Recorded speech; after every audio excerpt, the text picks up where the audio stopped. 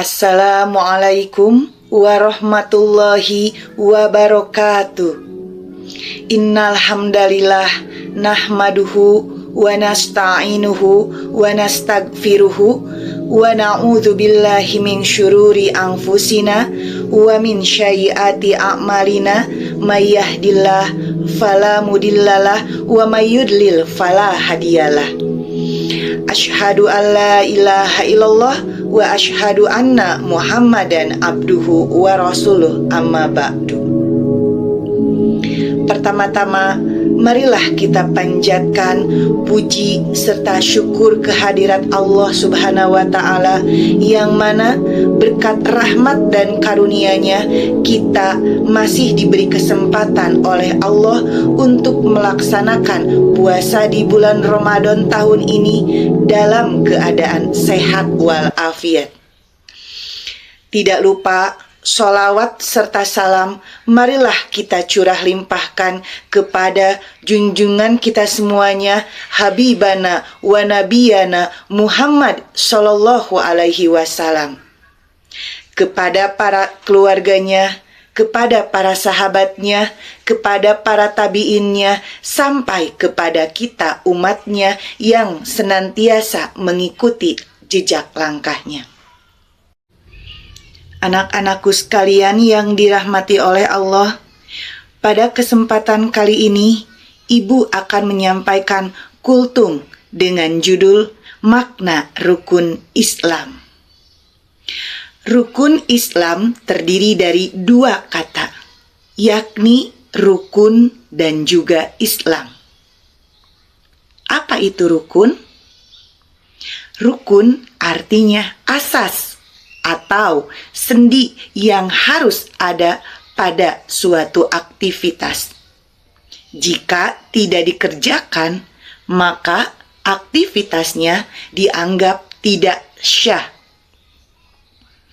Islam secara arti kata, secara harfiah artinya patuh, tunduk, atau pasrah. Kepada siapa orang Islam harus patuh? Kepada Allah Subhanahu wa Ta'ala. Kepada siapa orang Islam harus pasrah? Kepada seluruh perintah Allah Subhanahu wa Ta'ala. Adapun secara istilah, Islam artinya al-islamu huwal istislamu lillahi bitauhid. Artinya berserah diri kepada Allah dengan ketauhidan. Wa inqiyadullahu bitta'ati, dan patuh kepadanya dengan ketaatan. Wal bara'atu minasyirki wa ahillihi, dan membersihkan diri dari kemusyrikan. Dapat kita artikan kembali bahwa Islam secara istilah artinya yaitu kita berserah diri kepada Allah dengan ketauhidan, kita patuh kepada Allah dengan ketaatan, dan membersihkan diri, mensucikan diri dari kemusyrikan. Dasar agama Islam atau yang kita kenal sebagai rukun Islam terdapat 5 macam atau 5 jenis. Rasulullah SAW bersabda, Buniyal Islamu ala khamsin, syahadatan alla ilaha illallah wa ashhadu anna Muhammadan abduhu wa rasuluh. Bahwa Islam itu dibangun atas 5 perkara. Yang pertama, syahadat, aku bersaksi bahwa tidak ada Tuhan yang aku sembah kecuali Allah, dan aku bersaksi bahwa Nabi Muhammad SAW adalah utusan Allah. Wa tuqimus salat, mendirikan salat. Wa tu'tiyaz zakat, membayar zakat. Wa hijjul bait, melaksanakan haji ke Baitullah bagi yang mampu. Wa saumu Ramadan, dan juga saum pada bulan Ramadan. Berdasarkan hadis dari Nabi Muhammad SAW tersebut, bahwa rukun Islam itu dibangun atas 5 perkara. Yang pertama syahadat, yang kedua sholat, yang ketiga zakat, yang keempat puasa, dan yang kelima haji bagi yang mampu. Rukun Islam adalah 5 hal yang harus dilakukan oleh setiap muslim, seperti tiang pada rumah. Jika tidak lengkap, maka rumahnya bisa roboh. Begitu juga dengan Islam. Kita harus menjalankan 5 rukun agar iman kita kuat. Anak-anakku sekalian yang dirahmati oleh Allah, marilah kita pelajari satu persatu pilar dasar dari agama Islam atau rukun Islam. Yang pertama yaitu syahadat. Apa itu syahadat? Syahadat yaitu kita bersaksi, kita berikrar, menyatakan secara lisan, melakukan dengan perbuatan, dan mengiktikadkan dengan hati bahwa tidak ada Tuhan selain Allah, dan bahwasanya Nabi Muhammad SAW adalah utusan Allah. Pada lafal syahadat terdapat 2 jenis lafal syahadat. Pada lafal syahadat yang pertama, kita kenal dengan sebutan syahadat tauhid yang berbunyi asyhadu alla ilaha illallah, aku bersaksi bahwa tidak ada Tuhan selain Allah. Dan lafal syahadat yang kedua, wa asyhadu anna Muhammadar Rasulullah, dan aku bersaksi bahwa Nabi Muhammad adalah utusan Allah, kita kenal sebagai syahadat Rasul. Anak-anakku sekalian yang dirahmati oleh Allah, ketika kita sudah mengucapkan kalimat syahadat asyhadu alla ilaha illallah wa asyhadu anna Muhammadar Rasulullah, maknai kalimat syahadat itu dengan hati kita benar-benar dekat dengan Allah. Misalnya, tahun depan harus dijadikan momentum kedekatan kita dengan Allah meningkat lagi. Di hati tanamkan sifat syukur, tanamkan sabar, tanamkan sifat qanaah, menerima apa yang Allah berikan. Tanamkan sifat istiqomah, berusaha menuju jalan Allah secara konsisten. Maknai setiap kalimat syahadat itu kalimat asyhadu alla ilaha illallah, yang artinya aku bersaksi tidak ada Tuhan selain Allah. Maka kalau kita diuji, jangan sampai khawatir, kita ada Allah. Kalau kita punya masalah, adukan kepada Allah. Makna dari asyhadu alla ilaha illallah seperti itu. Anak-anakku sekalian yang dirahmati oleh Allah, rukun Islam yang kedua yaitu sholat. Apa itu sholat? As-sholatu hiya aqwalu wal af'alu muftatahatu bitakbiri wa muhtatamatu bitaslimi. Sholat adalah bentuk ibadah ucapan dan perbuatan yang diawali dengan takbir dan diakhiri dengan salam. Kita sebagai umat Islam diwajibkan untuk melaksanakan ibadah sholat sehari semalam sebanyak 5 kali, yaitu sholat subuh, sholat zuhur, sholat asar, sholat maghrib, dan juga sholat isya. Karena begitu wajibnya mendirikan sholat, Allah berfirman, as-sholatu imaddudin, bahwa sholat itu adalah tiangnya agama.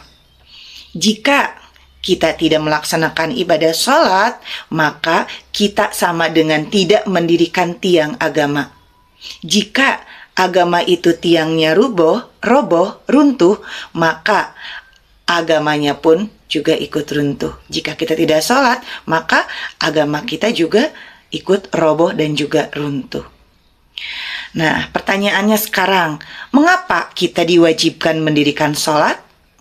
Yang pertama, yaitu sebagai sarana untuk mengingat Allah. Cara kita berkomunikasi dengan Allah. Yang kedua, melaksanakan kewajiban. Kita sebagai seorang mukmin memiliki kewajiban untuk selalu beribadah kepada Allah. Salah satu tujuannya kita diciptakan yaitu untuk menyembah kepada Allah. Adapun rukun Islam yang ketiga yaitu zakat. Apa itu zakat? Secara bahasa, zakat artinya suci, tumbuh, berkembang. Atau dapat diartikan yaitu zakat itu mengeluarkan sebagian harta tertentu bagi muslim yang memenuhi syarat atau bagi muslim yang mampu untuk diberikan kepada yang berhak menerima zakat untuk mensucikan jiwa dan juga harta kita. Apa tujuan dari zakat itu? Zakat bertujuan untuk membersihkan harta yang kita punya dan mensejahterakan kaum muslimin. Lalu, siapa sajakah golongan orang-orang yang berhak menerima zakat?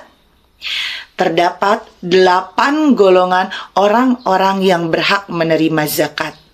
Yang pertama yaitu orang fakir, yang kedua yaitu orang miskin, yang ketiga pengurus-pengurus zakat atau amilin zakat, yang keempat mu'alaf yang dibujuk hatinya, yang kelima hamba sahaya, yang keenam orang-orang yang memiliki hutang, yang ketujuh fisabilillah, dan yang kedelapan yaitu yang sedang berpergian.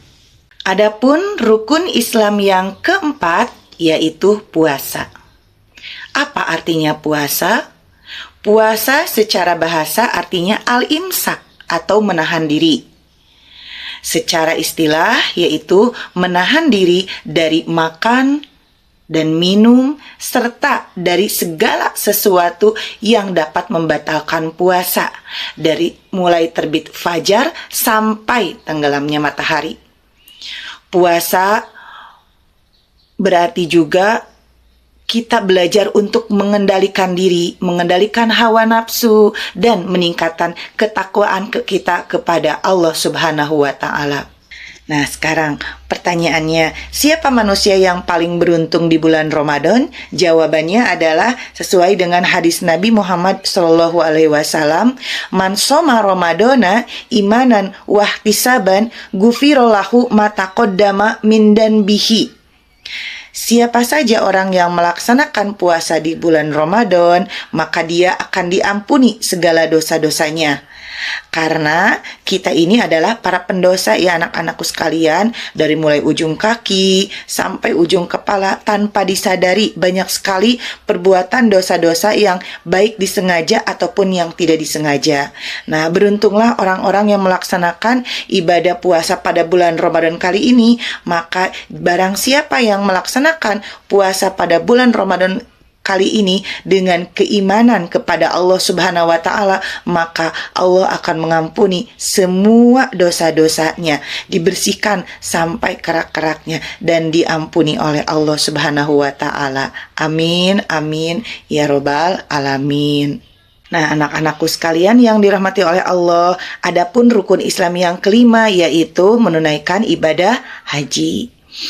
Haji adalah melakukan rangkaian ibadah di tanah suci, baik di Mekah Al-Mukarramah ataupun Madinah Al-Munawwaroh, dengan ketentuan tertentu.